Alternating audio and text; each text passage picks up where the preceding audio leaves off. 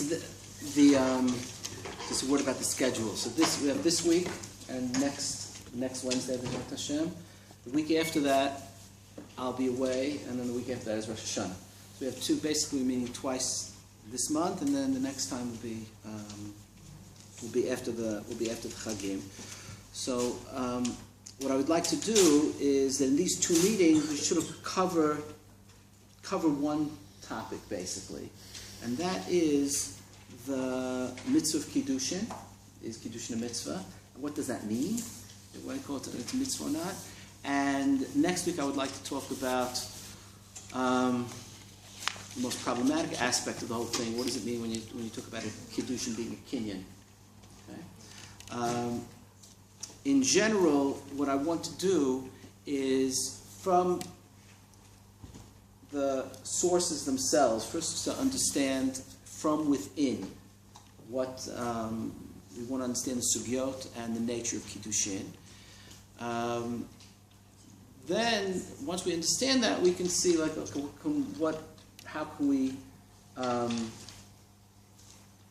manipulate, so to speak. I don't mean that with taking away from the authenticity of the process that I talked about before, but how do we use what we understand? But the first step is really to understand Kiddushin from the inside. Okay? By way of an introduction, let's talk about, there's all sorts of hitkashriyot, or legal relationships that people enter into with each other. You could talk about relationships of partnership, you can talk about shutafut, you can talk about a relationship of one person hiring another person as a worker, so you could talk about po'alim, you could talk about slavery, right? And I didn't mean to be doresh smuchin, and you could talk about marriage. Right? These are relationships very different from each other that people, most of the time freely, in the case of slavery it's not freely, sometimes not freely, enter into with each other. Now the first three, namely shutafut, po'alim, and avadim, right, just to use this, how it would be categorized, I would just use the Rambam as a guide, so to speak. Those three halachot, hilchot shutfim, hilchot schirut po'alim, and hilchot avadim, are either in Sefer Mishpatim or in Sefer Kinyan. Those are specific financial and legal/financial categories. Okay? The laws of marriage are in a separate category in the Rambam, Hilchot Ishut, okay, which is part of Sefer Nashim. Okay? So when we talk about marriage, we want to know, the first question I want to ask is getting married, right, is that a mitzvah? I'll just start with a simple question. Okay? So for that, let's begin with the Rambam in the Sefer Mitzvot and in the Koteret in Hilchot Ishut. So in Sefer Mitzvot, the Rambam says, right, Mitzvah Reshut Gimel He, it's the first source, Shetzivanu liv'ol b'kiddushin, Latet davar b'yad ha'isha o b'shtar o b'bi'ah, v'zoi mitzvat kiddushin. So this is a very difficult formulation. Shetzivanu liv'ol b'kiddushin.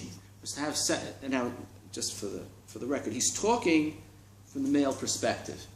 Okay, Sivanu means the men. Okay, liv'ol b'kiddushin. It was if. I'm just trying to unpack this. Right, if a man is desirous of sexual relations with a woman, right, the way he's supposed to go about that is first supposed to have Kiddushin, quote unquote, whatever Kiddushin is. Okay? And that he counts here as a mitzvah. Shetzivanu liv'ol b'Kiddushin. It sounds like Kiddushin is a necessary prerequisite for Be'ilah, for sexual relations. Okay? No romance here. Okay? Now he's describing what that Kiddushin is. Right? And this is based, of course, on the first Mishnah, Masechet Kiddushin. V'latet davar biyad ha'isha, o bishtar, o bibi'ah. Right? The Mishnah in the first Mishnah, Masechet Kiddushin. Right? B'shos drachim isha nikneit, b'kesef, bishtar, u bibi'ah. V'latet davar biyad ha'isha. So he doesn't call it kesef, which is significant, we'll see, or by virtue of a contract, or by relations themselves. Okay? V'zohi mitzvat kiddushin. So the mitzvah of kiddushin is to fulfill the prerequisite for having relations. Right? V'remez et alav amru ki kach ish isha uva'ala. Hora shu yikneh bebi'ilah. And the reason this is a remez and it's not pshat is because it's certainly not pshat. The pshat is when a man takes a woman and has a relationship with her, right? So here it's ki kach ish isha. How? What's the drasha? Uba'ala. So bi'ah is a way of lakachat. That could be both a prerequisite and a way to do it. It's a little bit circular. No? There is this phrase in the Gemara speaking about Gerushin, actually, is Gitovi Ado Ba'im Ke'echad. The way you can create a situation, this is true, but using kinyanim as an analogy is actually helpful here. There are two ways of changing legal statuses. You can change it by doing a formal action. It's called a Maaseh Kinyan. Or you can just do it. Right? And that also changes it. So in kinyanim, for example, if you were talking about being kone karka, okay? So you can be kone karka by kesef, or you can be kone karka with chazaka. Chazaka is just doing an action which demonstrates ownership. So an action which demonstrates ownership actually creates the ownership. Right? Na'al gadar paratz, right, is kinyan chazaka, right? And that, how do you become the owner? By being the owner, right?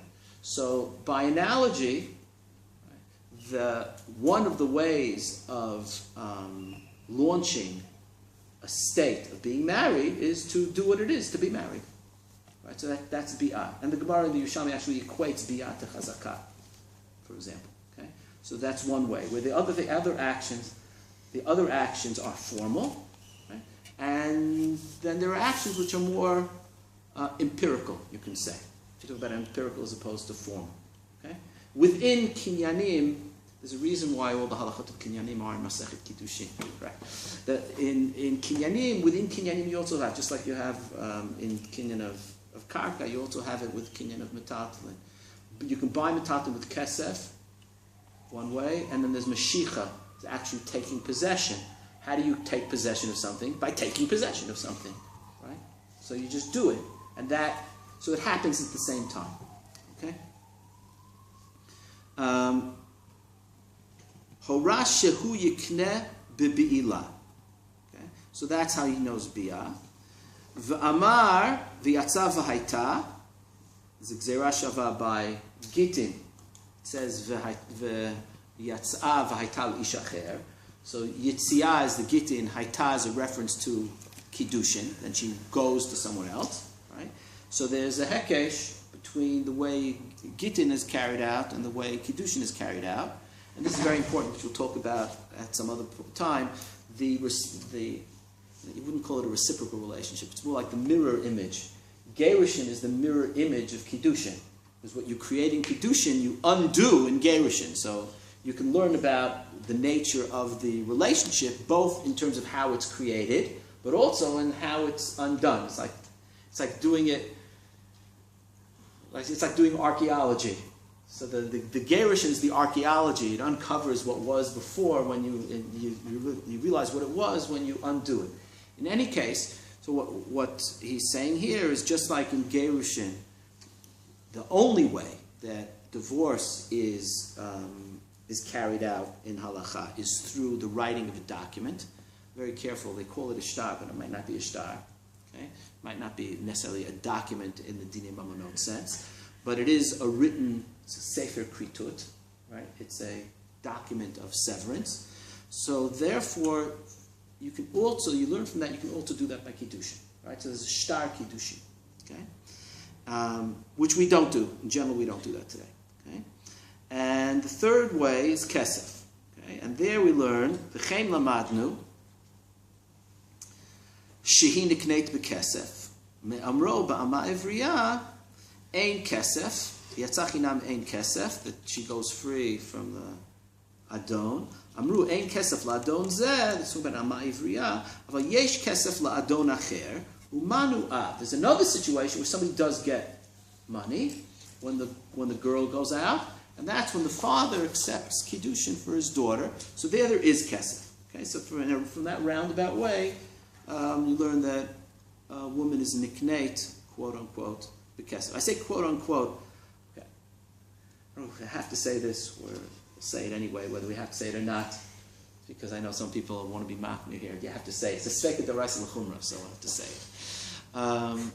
The language of kinyan in this whole discussion, I personally find profoundly disturbing. It's clear that hopefully most men do not relate to their spouses as objects that they own in any way, right? Now we'll see that there's all this lumdus, which we'll see, that the kinyan of Ishut is a different type of kinyan than the kinyan of ownership, and it really is. It's not an apologetic. I'm not interested in apologetics. It really is treated differently. However, the bottom line is that the language is similar, and language creates substance, and sometimes it creates attitudes, or very often it creates attitudes, and that's problematic. Okay? So we have to understand that we live in a different period of time than Chazal, who were learning out, trying to figure out what marriage was according to the Torah. We live with different sensibilities, and I think it's not fair to judge them. It would be anachronistic to judge them based on those sensibilities.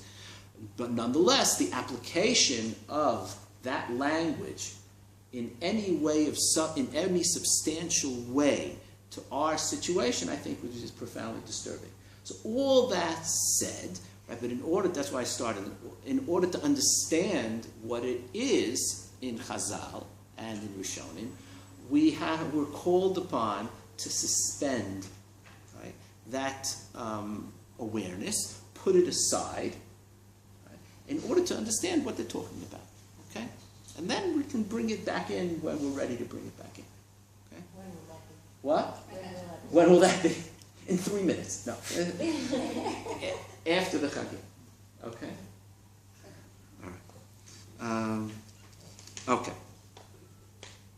Good. So we have, so that's the Rambam Sefer Mitzvot. The Rambam in the Koteret, Hilchot Ishut, adds something very important that's not found in Sefer Mitzvot. Let's see. Hilchot Ishut, Yesh B'chalam, the next source, Yesh B'chalam Arba Mitzvot, Shte Mitzvot Taseh, Shte Mitzvot Lo Taseh, V'zeu Pratan, Lisa Isha, this is Mitzvah Taseh, right? B'ktuba V'kiddushin. That's really interesting. That's very interesting. Just hold on 1 second. Next, right? Shelo tiba'el isha below ktuba v'kiddushin. So there's a isur lo ta'aseh according to the Rambam of relations without ktuba and kiddushin. Then the other halachot have to do with, the next halacha is the man's responsibilities towards his wife. Shelo yimana she'er ksut v'ona. And the mitzvah of Puruvu. So those are the mitzvot that he talks about in Hilchot Ishut. Let's concentrate on the first mitzvah, Lisa Isha B'Ktuba V'Kiddushin. All right, Lisa Isha. So we know that the Rambam says that's a mitzvah. We don't really know what he means by that yet, but okay. But why is he saying B'Ktuba V'Kiddushin? The Rambam in Hilchot Ishut, this I'll read to you because I don't think it's on the page. If in Perek Yud, Halacha Zayin, I'm going to read this to you. It says as follows. V'tzarich lichtov k'tuba kodem knisa lechupa. V'achar kach yeh mutar be'ishto. Okay, again, he's talking to the men who are presumably reading this. Okay, tzarich lichtov k'tuba kodem knisa lechupa v'achar kach yeh mutar be'ishto. V'chatan noten schar hasofer. It's okay, and how much it is, etc., etc. Then he says, after he goes through some of the basic laws of the ketubah, the last line of this halacha he says, "V'chachamim heim shetiknu ketubah leisha, kidei shelo tiyeh kala beinav lahotzia." It's a takanat chachamim. It's a machlokas in the Mishnah where the ketubah is midoraita midorabanan. The Rambam passes the ketubah is midorabanan. Shelo tiyeh kala beinav legarsha. Right, there's a lacuna in the law. Is that a man can divorce his wife basically at a whim. There don't really have to be grounds for divorce. It might be usher, and that's the last sugya Masechet Gittin. It might be usher to do under certain circumstances, but it's certainly, if he divorces his wife for no reason at all, she's still divorced. Right? And she has no say in the matter as far as the Torah is concerned, and as far as Chazal is concerned. Later, one of the Harimim of Rabbeinu Gershon is it's forbidden for a man to divorce his wife if she refuses to accept the get. So the woman has to agree. It's one of the Harimim of Rabbeinu Gershon. Right? But certainly in time Chazal, there was no such halacha. So how do we secure the woman's position? Right? So as an issue of public policy, Chazal instituted a ketubah in order to sort of give, you could call it in Hebrew we would say a gav financi. Right, some sort of security to the relationship, which in the event that the emotional bonds deteriorate, there should be something, b'chol zot, that holds it together. And if the husband needs to pay a penalty, what do you consider a penalty now? We're not learning ketubot now. Yeah, but we'll talk about this fundamentals of ketubah during the year also. But the husband needs to pay if he's going to divorce his wife. So it makes him think at least twice before he does that. Right? Shelo teh kala beinav legarsha. So chachamim tiknu ketubah. Okay? That's what the Rambam is posek. So given that, this is extremely problematic in his formulation of the mitzvah. Lisa isha b'ketubah v'kiddushin. That's his definition of the mitzvat aseh min haTorah. That ketubah, which is a takanat chachamim, should play a role in definition of what the mitzvah is min haTorah, is something that needs to be fleshed out. Okay, we're not going to do that now, but this is a basic problem in terms of the Rambam. Okay, I'm not the first one to notice this. Okay, it was noticed like right after it hit the press. Okay, yeah. Yeah. Basic question here. When in the Yad, when he writes the mitzvot, is that to say? I mean, I'm expecting him in Sefer Mitzvot to be talking about mitzvot deoraita because he's enumerating mitzvot deoraita. In the Yad, should I assume that when he lists the mitzvot? When he lists the mitzvot, yeah. So when he says there are mitzvot, I'm assuming that he's saying mitzvot deoraita. Right. He meant what he wrote. He meant to be taken seriously about what he wrote. And in addition, that goes without saying. In addition, if you want the relationship between Sefer Mitzvot and the Yad, the Sefer Mitzvot was written as an introduction to the Yad. If you read the introduction to Sefer Mitzvot, he says, I wanted to write the Yad. He doesn't call it the Yad yet, but I want to write this book about that holds all the halachot of Kol Torah Kula. So and I'm an organized person, I'm the Rambam, right? So I decided to make a list of all the mitzvot, right? An outline. So I made a list of all the mitzvot. But when I made a list of all the mitzvot, I realized that before you make a list of the mitzvot, you have to make the principles you have to write the principles by which you decide what mitzvot are mitzvot and what aren't mitzvot. So then I started writing that, right? And then I had to write in that. So what happened was supposed to be like a one-line introduction ballooned into Sefer HaMitzvot, right? And so that's really an introduction to the Yad. Okay? So you have to look at them really almost as one. Right? Okay. Does mitzvah mean required? Okay, that's the next thing we have to clarify. Okay? But let's continue in the Rambam here, just to see what's going on. At this point, I'm going to be just pointing things out and asking some questions. Okay?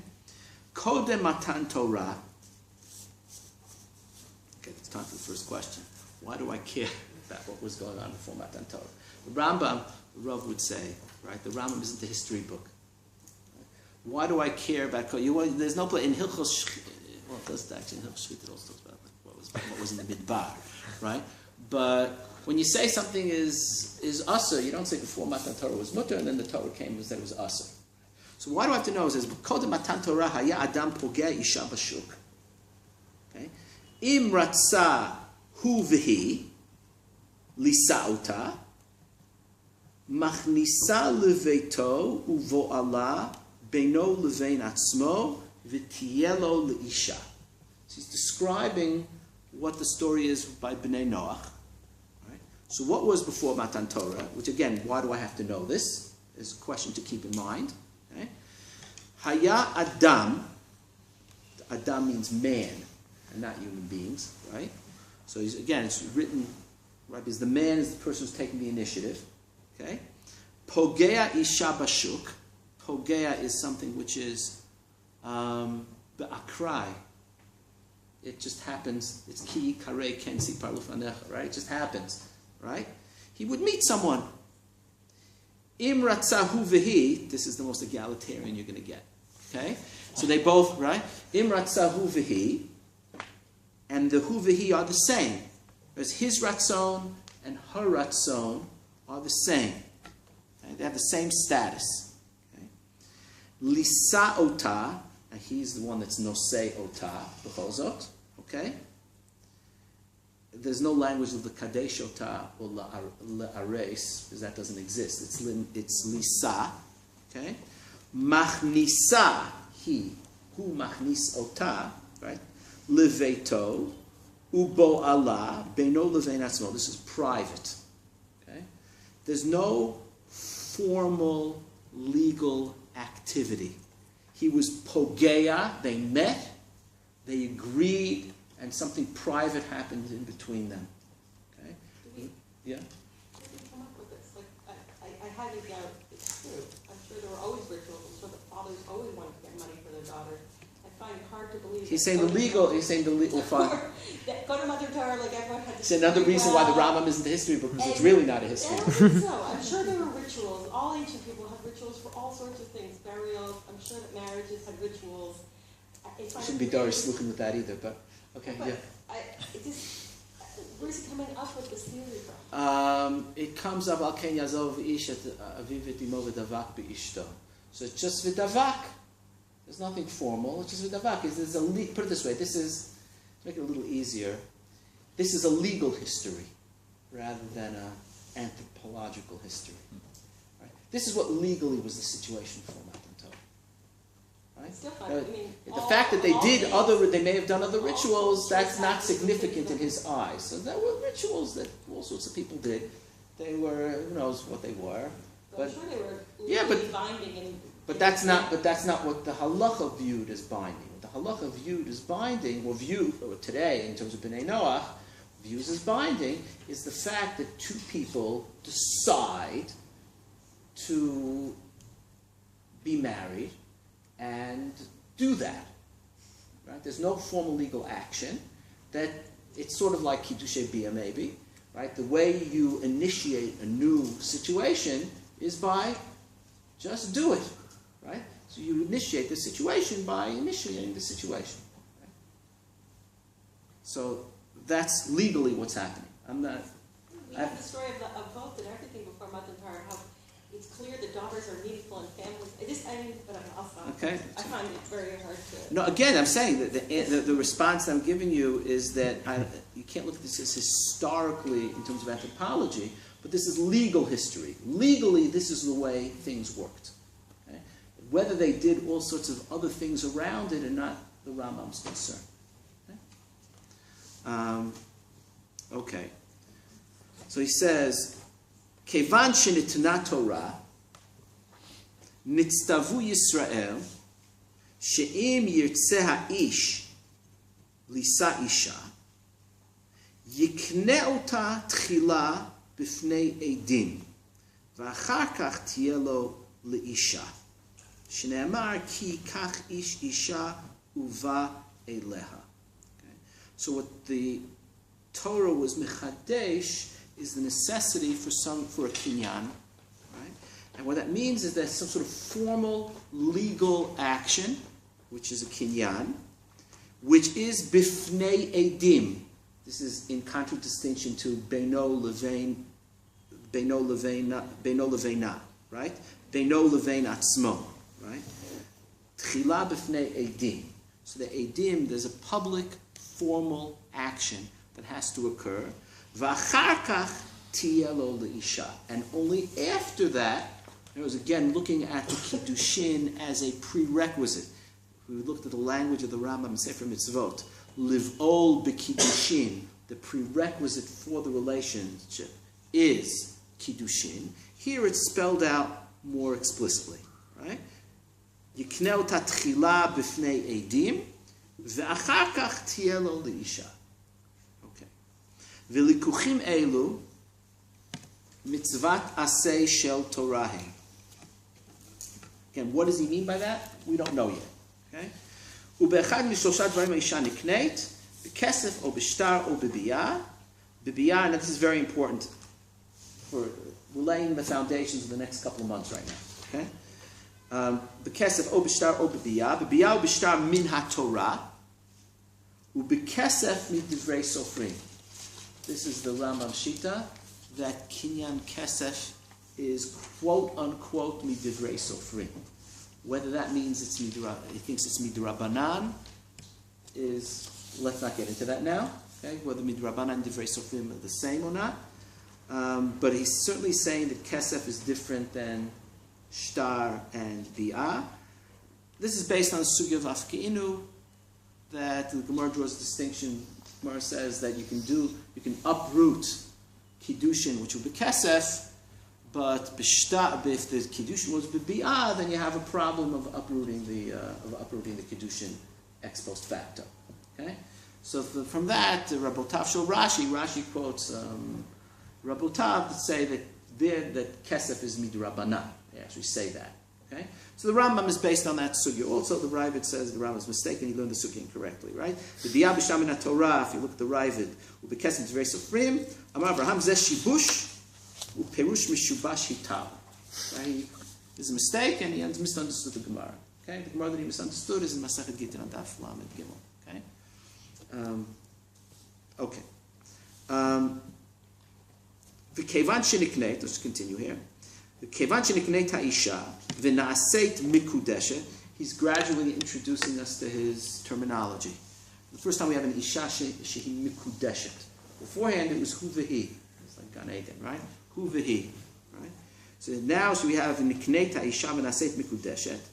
Afa pi shelo niv'ala v'lo nechnesa lebeit ba'ala. As you just have the formal action, they're not de facto married. They're married de jure. They're not married de facto. Doesn't matter. Harehi eshet ish, quote unquote. Va'ba'aleh chutz mi ba'ala chayav mitat beiti. Ve'im ratza legaresh tzricha get. Okay? Now this is an eshet ish. Okay. One more halacha. Kodem matan Torah, again. Kodem matan Torah. Again, haya adam pogeh isha bashuk. Im ratza hu v'hi. Again, that he's stressing that you can't do anything against anybody's will. Right? Notein la schara u'boel otal eim haderech v'holech lo. This is the din of a kedesha or a zonah. Right? So before matan Torah, it was permissible, as long as no one is coercing anyone else. Okay? V'zo ani create kedesha u'mishenitna Torah nesra kedesha shene'emar lo tiyeh kedesha v'bnot Yisrael. Okay? Now, we're not going to get into the definition of kedesha now. It's very important to understand the definition of kedesha. It's important to understand the definition of kedesha in order to understand what's the flip side of kedesha. The flip side of kedesha is kiddushin. And kiddushin obviates the prohibition of kedesha. So if you talk about kiddushin solving the problem, a legal problem, right? It can solve all sorts of other problems and create all sorts of other problems. We talk about legal problems. right? If Kiddushin solves a problem, what problem does it solve? Or in other words, what Isser does it unravel? Right? So it may unravel the Isser of Kadeshah. So it is important to understand what the Isser of Kadeshah is. Okay? So that we will talk about after the Chagim. Okay? In conjunction to that, with that, there was a professor in Bar-Ilan University a number of years ago who wrote a very important article about the connected Isser Kadeshah. Noam Tzio. It was Noam, right? It was Noam? Or his brother? Noam. Noam Zohar. Why do you think of Noam? Tzvi Zohar. What? Tzvi Zohar.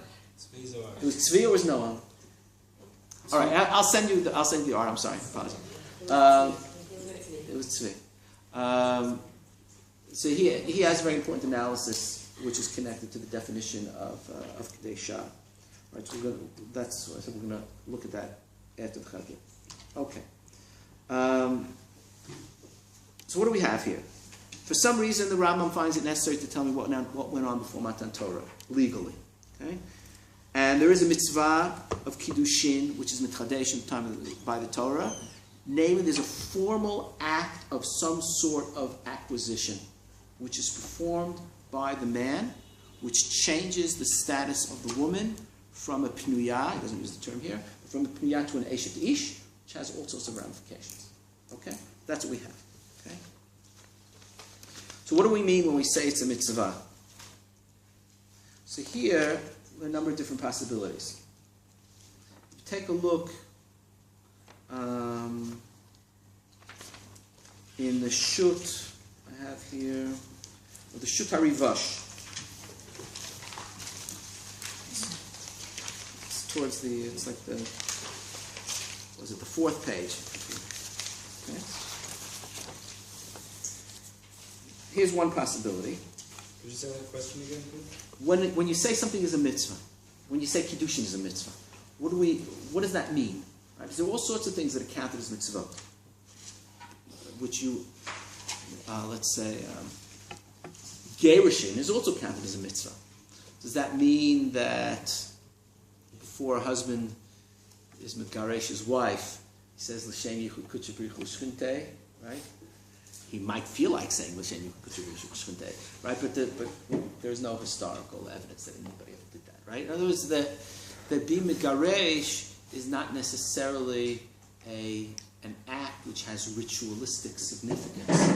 And the fact that it's counted as a mitzvah just means that it's an inyan in the Torah. It's a category of law rather than something that you have to do. Right? It's misleading. The word mitzvah means something that you have to do. Right?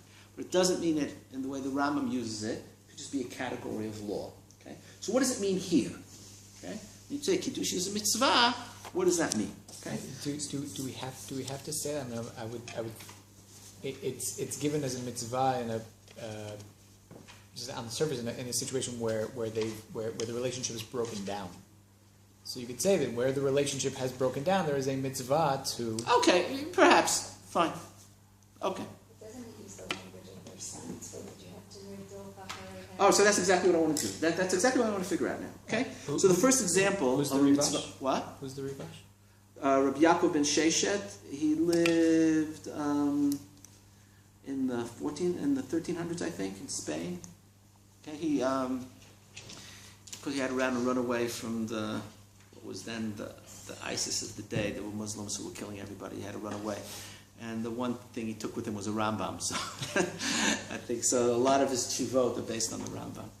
Anyway, so he says as follows: Umasha Amarta, okay, Shim Teret Gemura, right? Rak shelo kiyem mitzvat ishu. Right, so they have a relation with women if they're not married. So there's a mitzvat aseh that wasn't performed, but there's no isur. This goes back to the isur kedeshah. So there is no isur kedeshah here. Okay, that's not our issue now. Ad shekatavti she'over al mitzvat aseh. Okay, that means if a man and woman have relations and there was no kiddushin, so what have they done wrong? So they were over mitzvat aseh. That's a funny formulation, to be over mitzvat aseh. Normally we talk about not being mekayim mitzvat aseh. There is such a thing as being over mitzvat aseh. If you do something that you're not supposed to do unless you do something else first. So you were over on that what you were supposed to do. That's going to be la'avor al mitzvat aseh. Okay? So, ki'ilu, here's this example. Lovesh talit below tzitzit. Okay? So that's one possibility. So what is, you talk about a mitzvah to be rodef. Okay? So, technically speaking, if a man, right, doesn't have a beged of dalet kanfot, so he's not chayav to put on tzitzit. And there is no chiyuv to acquire a beged of dalet kanfot in order to be chayav in tzitzit. If I don't want to be chayav in tzitzit, I don't have to be chayav in tzitzit. Okay? Now, nonetheless, there is in the Rambam in Hilchot Tzitzit, for example, the Rambam says there's a midat chasidut, that a person should put themselves into the situation where they're chayav in tzitzit. Okay? That means that tzitzit, even though technically speaking, if I don't have a beged of dalet kanfot, and I don't want to wear a beged of dalet kanfot, I don't have to wear tzitzit. But given the fact that if you read the third parsha of Kriyat Shema, you realize that there's positive ritualistic value to wear tzitzit, so that's the meaning of tzitzit being a mitzvah. You can call it some sort of mitzvah under certain circumstances, but if those circumstances arise, then you're actually doing something positive ritually. Okay? And for that reason, there's a midat chasidut to actually put yourself in that situation, right? Because you want to be able to perform that ritual. Okay? So that's what he's comparing getting Kiddushin to. In other words, technically speaking, if I want to be celibate, aside from the problems of pru-revu, so let's not talk about the mitzvah of pru-revu. Suppose I have children, whatever. Okay? So technically speaking, I don't have to get married. Right? I want to get married. If I want, imani rotzeh liv'ol, right? If I want to have that relationship, so then I have to do it. Right? Then I have to be mikadesh. Being mikadesh, if you compare it to tzitzit, is not something neutral. There's a kiyum of the mitzvah. There's something ritualistically positive about doing it. Now that's in contradistinction to, we'll talk about other examples more in detail a little bit later, but a simple example would be, say, nitilat yadayim. Sorry, look, I'm doing different types of mitzvot, right? You do nitilat yadayim before you eat bread. Okay? If I don't want to eat bread, I don't have to be notel yadayim. And if I want to eat bread, I have to be notel yadayim. But is there ritualistic value to be notel yadayim independent of the fact that I just want to eat bread? The answer to that is probably no. You wouldn't say that there's a mitzvah to eat bread in order to be notel yadayim. I never saw such a thing. Right? If there's a suda's mitzvah, it's a different story. But just to say, in order to mekayim netilat yadayim, I want to eat bread, or there's a mitzvah, there's a midat chasidut to when you sit down at a meal to wash, there's no such thing. So what's the significance of netilat yadayim there? It's an action that is necessary in order to make something else permissible. That, in brisket terminology, is called a matir. Right? So there's no ritualistic meaning to it beyond the sense that you want to eat bread. So before you eat bread, you have to be notel yadayim. Is that really true? Because there is an idea if you have to have 100 brachot in a day, and if you do mosif kedusha, you create. So that's all your Hasidic influence. The mer bracha, that's the bracha. I'm not talking about the bracha, right? I'm talking about the netilah itself, right? You make a bracha on netilat yadayim, right? But in and of itself, it's something that you do in order to be able to eat bread. Nobody would say that you're less frum if you don't eat bread. So what's the mitzvah here? But it's not something which has ritualistic significance. It's just, you wouldn't say, oh, this is the one mitzvah I was never kind in my life, I was never notel yadayim, right? Or another example that comes up in Rishonim, which we'll see, is like shechita. If you don't want, maybe shechita is a better example. Suppose I don't want to eat meat. So there's a mitzvah to go shecht. If nobody ate meat, you wouldn't eat shecht. No mitzvah to shecht. You want to eat meat, you have to shecht. I'm not talking about korbanot, right? If you don't want to eat meat, you don't have to eat meat. And you don't have to shecht. And you won't be less frum for never having the kind of mitzvah of shechita. Even though shechita is counted as one of the taryag mitzvah. Oh, but you've missed an opportunity through which you can create, every time you do a mitzvah, you have build some sort of relationship with Hashem. ritualize that. But there's a different. Okay, but that's about it. You did something that says in the Torah. That's true. Okay, but you're such a little. But beyond that, you're not missing anything in terms of, like, if I want to say I was Mekayim the mitzvah of tefillin, I was Mekayim the mitzvah of tzitzis, right?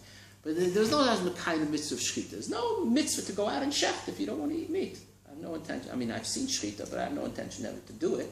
And it's not a pagam in my frumkeit that I don't want to slit the throat of an animal. But you eat meat, and so I do. the Okay. experience of eating meat. Maybe, but that's a separate significantly discussion. changed if Yes, you it had could be. gone through the ritual of It could be. But again, but the act itself, right, does not have the ritualistic value of what we generally associate with being mekayim a mitzvah.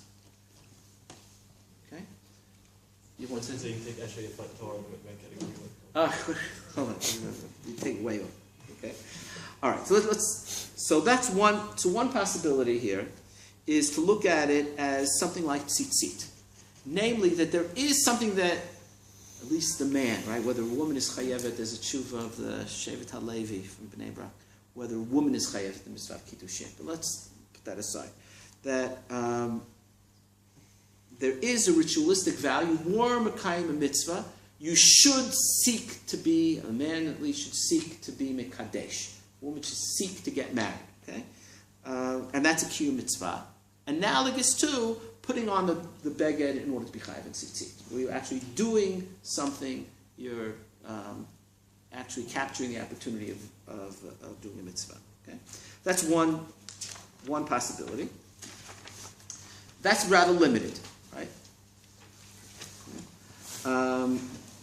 The Ramban, there's a tshuva of Yuchasot l'Ramban. Okay. He says as follows.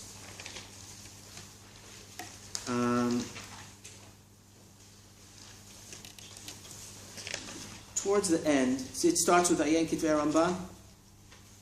You see the tshuva? It says Shut HaRashbam Yuchasot l'Ramban.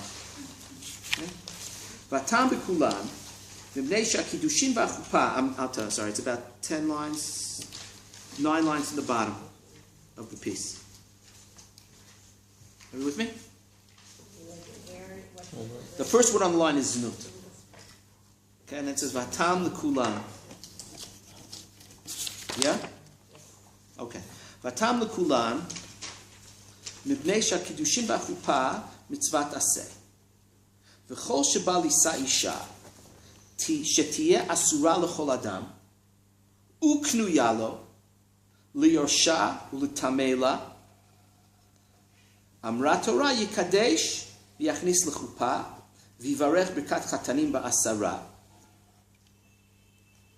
ואם הקדים לבוא על ארוסתו בבית חמיו, לוקה מכת מרדות. ואם אחר שכניסה לביתו, הקדימו בא אליה בלא ברכה, אסורה לו כנידה. Now, just back up for a second. So he says, there are a number of different alternatives, apparently. This again touches upon the sugya of Kedesha and the sugya of Pilegesh. If the desired outcome is complete ishut, namely,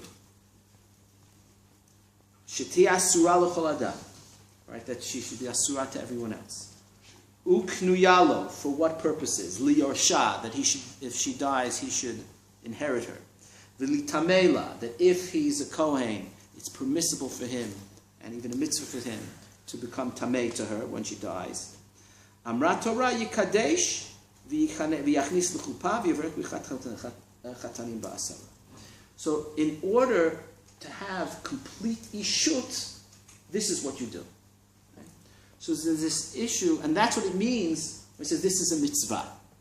There may be other ways to have, we talk about different types of hitkashruyot. I just gave 4 of them. Right? But there are other possibilities, specifically in the area of relations between men and women. There could be a relationship where a woman is the pilegesh of a man. That's also a relationship. So, what is the mitzvah? The mitzvah is to have the complete relationship, right, legally. Okay? And the complete relationship, total ishut, means yikneota, means asura l'chol ha'olam, it means yosha, it means metamela, it means all these things. That is the mitzvah is that if a man wants to have a relationship with a woman, that it should be done in the most complete. We should bring the entire Shulchan Aruch on it, right? Bring ishut gmura. If he doesn't do the mitzvah, there may be other models of ishut, and that's part of what that article is about, which we'll talk about later. There may be other models of ishut, but then there's no kiyum of the mitzvah, right? The kiyum of the mitzvah is to bring on the entire model of ishut. Okay? Any question? Yeah. Are you saying the Ramban here is implying, like the Shutra Yivash, that there's a positive value to do it, or not? Because it seems like here, the way he's saying it says, if you want these outcomes, do this. If you don't want these outcomes, right? It's not clear. It's not clear. In the Rivash, there's some sort of ritualistic value, and we talk about kiyum mitzvah in the traditional sense. What does it mean to be kind of mitzvah? You have that in the Rivash. In the Ramban, he's talking about something else. He's when you make the mitzvah, again, whether there's some sort of, whether you should do it that way, or you shouldn't do it that way, that he's not getting into. But the mitzvah aseh is to bring on ishut in its entirety, and this is how you do it. But you don't think that he sees sanctity in that relationship? He might. I want to be very careful in my formulations. He doesn't say that. In other words, the fact is that in the Gemara, if you go back to Masechet Kiddushin, the term Kiddushin is from Hekdesh and sanctity and all that. Yeah, you could say that, right? But it's not in this tshuva. Okay, there is a reference. I think it's back in the tshuva of the Rivash. Wait 1 second, where he talks about. The language he uses here is Kedushat HaZivug, and that's what you're looking for. 1 second. Here, in the middle of the Rivash, he says, first word on the line is, let's say, Lavo Aleha. Okay, and then he says, Vinei Rav Hamagid, when you go inside, Sover, Shehi Ba'aseh. Okay, Ubevadai. See where it says, towards the end of the word, Shalikichat Isha B'Kiddushin, Mitzvat Aseh. Ve'eno Din Levad. It's not like Shkita or Netilat Yadayim. It's not just a category of law. Okay? Eina Din Levad. Sharei Tiknu Ba'bracha. We're going to talk about the bracha later. Kishar mitzvot. Va'af al pi shelo tiknu bracha b'matbea katzar. Right, the bracha is different. Okay. Kishar brikot mitzvot. Hi liyot b'mitzvah zo kedusha yitera li Yisrael b'inyan hazivug. Okay. V'ki'ein birkat hashevach. Okay. So the next possibility is what you were talking about, Mish. Is that there's a kedusha which is created, not just isurim and heterim, right? But there's kedusha that's created, and that's indicated. The way I know that is the nusach of the bracha. Okay, so that's something. So that's the mitzvah, right? That fits with talking about it in terms of like tzitzit, but it's an amplification of that. When I talk about tzitzit, I just talk about kiyum mitzvah, and I'm not getting into what it is. But here he says what it is. It's Kedushat HaZivug b'Yisrael. You want to create that, the environment, everything that goes around the Zivug, and there's an exclusivity there, etc., etc. I don't have to wax romantic to describe it, right? You can use your own imagination. Right, but that's the Kedushat HaZivug b'Yisrael, and that's the mitzvah. Okay? So that certainly has a positive ritual value. Okay? In the She'iltot, couldn't find the She'iltot in the CD-ROM, so I'll just read it to you.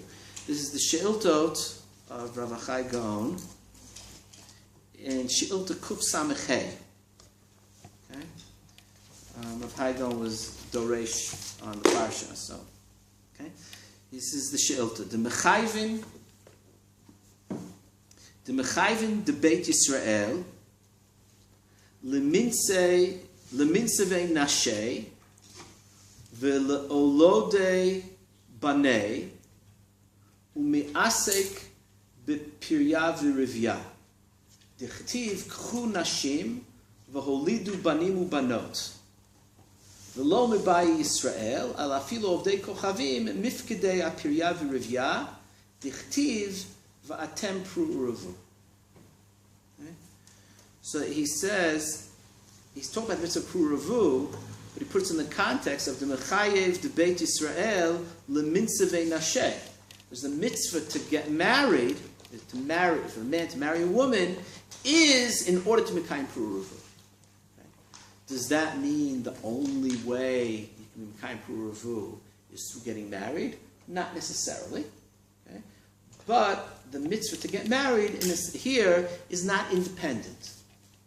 Right? It's a prerequisite, it's something you need to do in order to be mekayim pru uruvu. At least in the law, to be mekayim pru uruvu beheter. Okay? So it becomes an appendage to another mitzvah. Right? So the mitzvah is to get married. The mitzvah to get married is in order to mekayim pru uruvu. So that's another possibility. Okay? And the other day, have the mitzvah pru uruvu, but they don't have the mitzvah of marriage. What? The other day, Kochavim have the mitzvah pru uruvu, but they don't have the mitzvah of marriage. No, he just say. Then he just gets talking about pru uruvu, and he not only Jews chayim pru uruvu, but even umot haolam chayim pru uruvu. Like he's not getting into, what you'd be thinking about is the Rambam's formulation, right? Kodem matan Torah. What was that? I don't. It's interesting because pru uruvu is not counted as one of Sheva Mitzvot B'nai Noach, so whatever. Now is not the time to figure out what, in terms of whether it's a mitzvah for them or not. Okay. Okay. Now this plays itself out. The question of whether it's a mitzvah or not plays itself out in the Rosh when it talks about the bracha. Okay, it's in the Shulchan Aruch. Let's take a look at the Shulchan Aruch first. In Siman Lamed Daled in Chot Kiddushin, Chot Yishut, sorry. No, it is.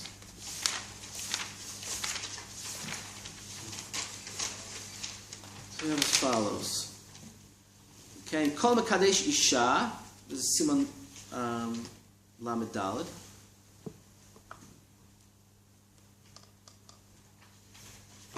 Kol Mekadesh Isha, Bein Al Yidei Atzmo, Bein Al Yidei Shaliach, Mivarech. This is important for the whole issue of Sidur Kiddushin.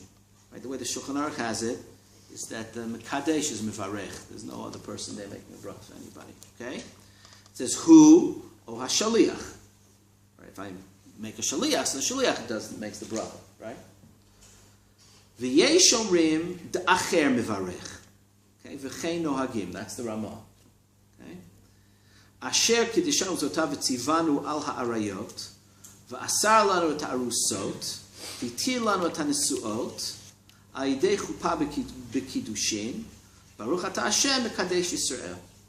Not exactly the bracha we make, okay, but that's in the Chaber. V'yesh omrim nusach ha'bracha b'lashon acher ki omrim v'hitir lanu et ha'nesuot al yidei chuppah b'kiddushin. V'kiddushin, not b'kiddushin. Okay. V'chotem baruch ata Hashem mekadesh amo Yisrael al yidei chuppah v'kiddushin. Okay. V'chein nohagim b'medinot elu. Okay. Now this is important. V'achar sheyigmor habracha yikadesh. It's called the halacha of over le'asiyatan. That's from Mechaber, or is that back? That's Mechaber where I just read. V'achar yigmor habracha yikadesh. Okay. And then nahagu lasdir brachazo ala kos. That's what we do. Okay. Let's see. Take a look at the Rosh. Okay.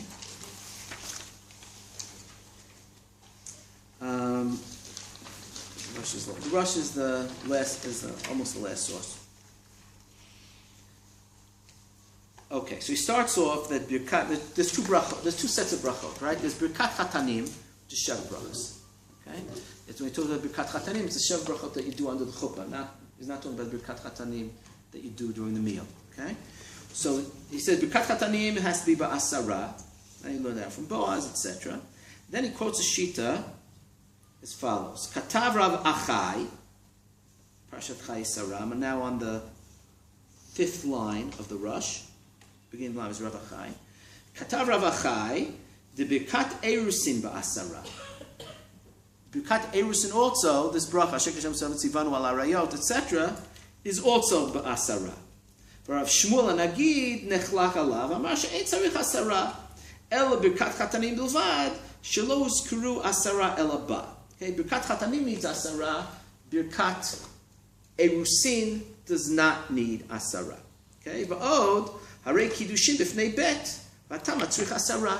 Kiddushin only needs 2. And you're making something up, there's something new that you need 10. Okay, for the bracha. Okay.